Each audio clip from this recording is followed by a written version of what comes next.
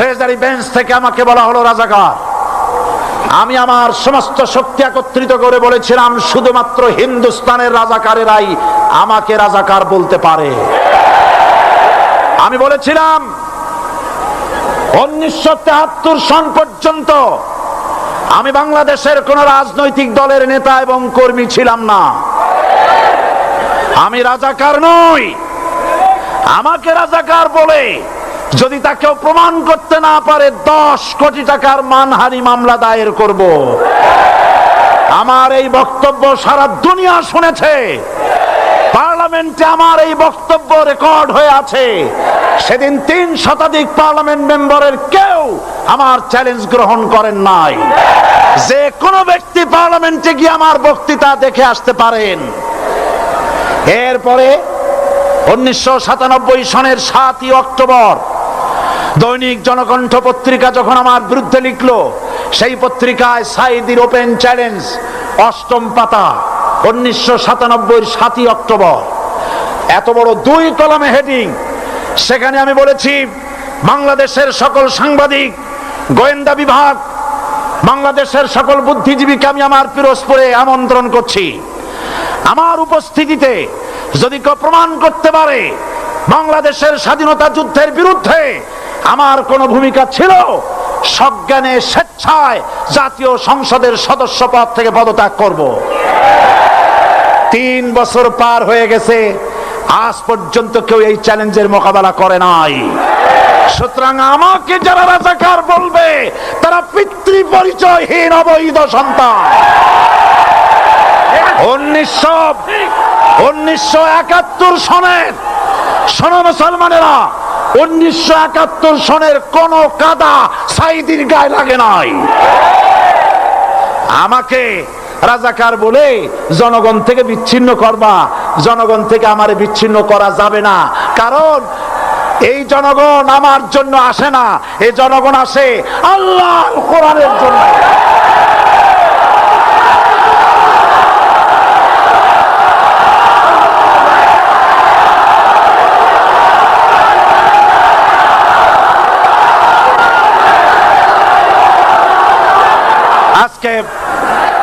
আজ যারা ইসলামের কথা বলে, তারাই রাজাকার, তারাই মৌলবাদী। মৌলবাদী বললে আমরা অসন্তুষ্ট হই না, কারণ মৌলবাদী শব্দটা আসছে মূল থেকে।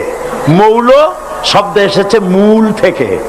মূলবাদী তার মানে যারা মূলে আছে। মূল হলো কোরআন, মূল হলো হাদিস, মূল হলেন আল্লাহ, মূল হলেন আল্লাহ রসুল।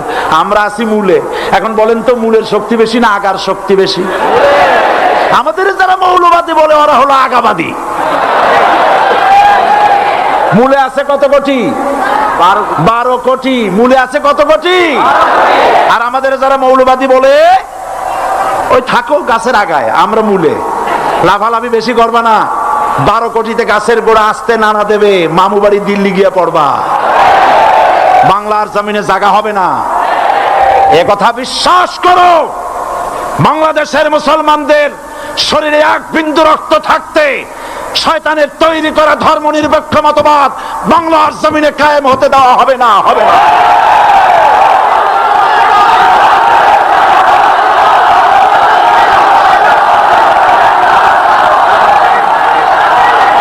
রাসূল করিম সাল্লাল্লাহু আলাইহি ওয়াসাল্লাম কোরআন প্রতিষ্ঠার জন্য আন্দোলন করেছিলেন। আয়াতুল কুরসি আমাদের সে কথাই শিখেছে। আল্লাহ রাব্বুল আলামিন বলেন, আল্লাহু লা ইলাহা ইল্লা হুয়াল হাইয়ুল কাইয়্যুম। প্রাণ খুলে পড়েন, আল্লাহু লা ইলাহা ইল্লা হুয়াল হাইয়ুল কাইয়্যুম। আল্লাহ হচ্ছেন তিনি, যিনি ছাড়া কোনো ইলাহ নাই, আইনদাতা নাই, বিধানদাতা নাই। আমরা মানুষের তৈরি করা আইন মানি না। 12 কোটি মুসলমানের দেশে আইন তৈরি করবে মানুষ, আমরা মানব না। পার্লামেন্টে তৈরি হতে হবে কোরআন দিয়ে, পার্লামেন্টে আইন তৈরি হতে হবে কোরআন দিয়ে।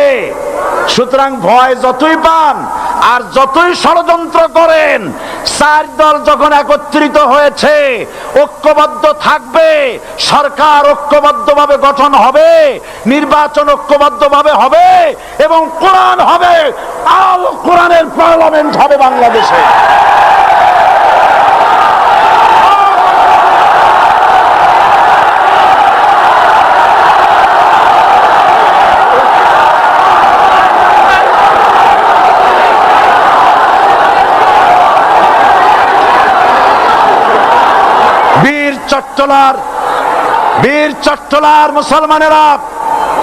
বীর চট্টলার মুসলমানেরা স্বাধীনতার ঘোষণা, এই চট্টগ্রাম থেকে স্বাধীনতার মহান ঘোষক প্রেসিডেন্ট জিয়াউর রহমান সাহেব দিয়েছিলেন।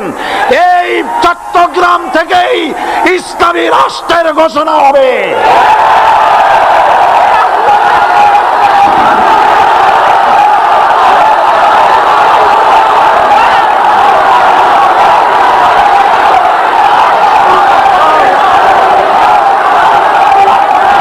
আশাবাদী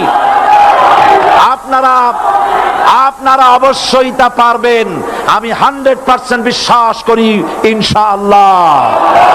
কারণ যে ষড়যন্ত্রের মোকাবেলা করে স্থানীয় রাজনৈতিক দলের নেতৃবৃন্দ কোরআনের মাহফিল সিনায় এনেছেন, আমি প্রথম দিনেই বলেছি চট্টগ্রাম তাফসিরুল কোরআন মাহফিল কোন রাজনৈতিক দলের প্রতিনিধিত্ব করে না। এটা কোন জামাত শিবিরের একক সম্পদ নয়, এটা চট্টগ্রামের মুসলমানদের কলিজার টুকরা তাফসিরের মাহফিল। সুতরাং এই মাহফিল চট্টগ্রামে থাকবে ইনশাআল্লাহ কিয়ামত পর্যন্ত। 144 ধারা 288 হয়ে গেছে, ষড়যন্ত্র পায় পায় চলে গেছে। আমি ওই সব ছেলেদের বলি, সরকারি দলের ছাত্র হইয়া মুসলমানদের বিপক্ষে যাইও না। এদেশের ভাগ হয়ে গেছে দুটো শিবির, বোঝাই যাচ্ছে।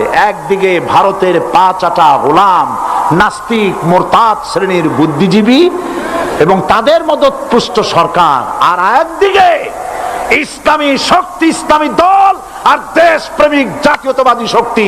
একদিকে হিমালয় পাহাড় আর একদিকে সূচো ইঁদুর।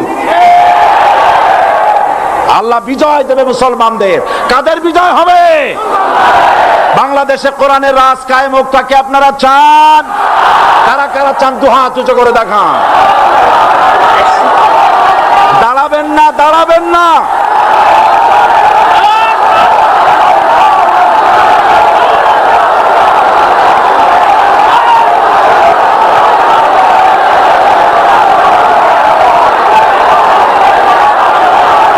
বসুন,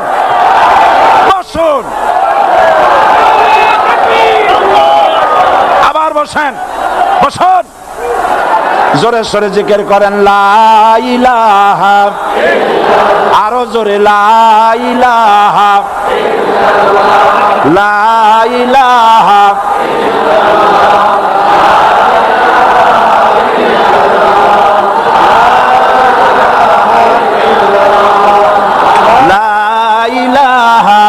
ইল্লাল্লাহ, লা ইলাহা, লা ইলাহা ইল্লাল্লাহ মুহাম্মাদুর রাসূলুল্লাহ। যারা যেখানে দাঁড়িয়েছেন বসুন। 3 শ্রেণীর লোকেরা আল্লাহর কালেমায় বাধা দিয়েছে। কয় শ্রেণী? একটা হলো রাষ্ট্রশক্তি, 2 নম্বরে মনে আছে ধনাঢ্য পুঁজিপতির গোষ্ঠী, ওরাও বাধা দিয়েছে। কারণ ইসলামকে বলা হয় পুঁজিবাদের আশ্রয়স্থল। নাউজুবিল্লাহ। সর্বপ্রথম ইসলাম কবুল করেছে কারা? ধনীরা না গরিবরা? কারা? গরিবেরা। সুতরাং ধনাঢ্য ব্যক্তিরা মনে করলো যে আমাদের তো সর্বনাশ হয়ে যাবে, আমরা দাস দাসী ধরে রাখতে পারবো না, আমরা মানুষকে শোষণ করতে পারবো না, যে নতুন কলেমার দাওয়াত আসছে। সুতরাং সরকারের হাতকে তারা পয়সা দিয়া শক্ত করেছে আর বলেছে যত টাকা লাগে এই লোকগুলারে ঠ্যাঙ্গান। আজও আছে কিনা? তা আছে কিনা? 3 নম্বরে বাধা দিয়েছে ধর্মের নামের এক শ্রেণীর কায়েমি স্বার্থবাদী শক্তি, যার সম্পর্কে সূরা তাওবায় আল্লাহ পাক বলেছেন ইন্না কাসীরাম মিনাল আহবারি ওয়ার রুহবান লা ইয়াকুলুনা আমওয়ালান নাস বিল বাতিল ওয়া ইয়াসুদ্দুনা আন সাবিলিল্লাহ। ইহুদি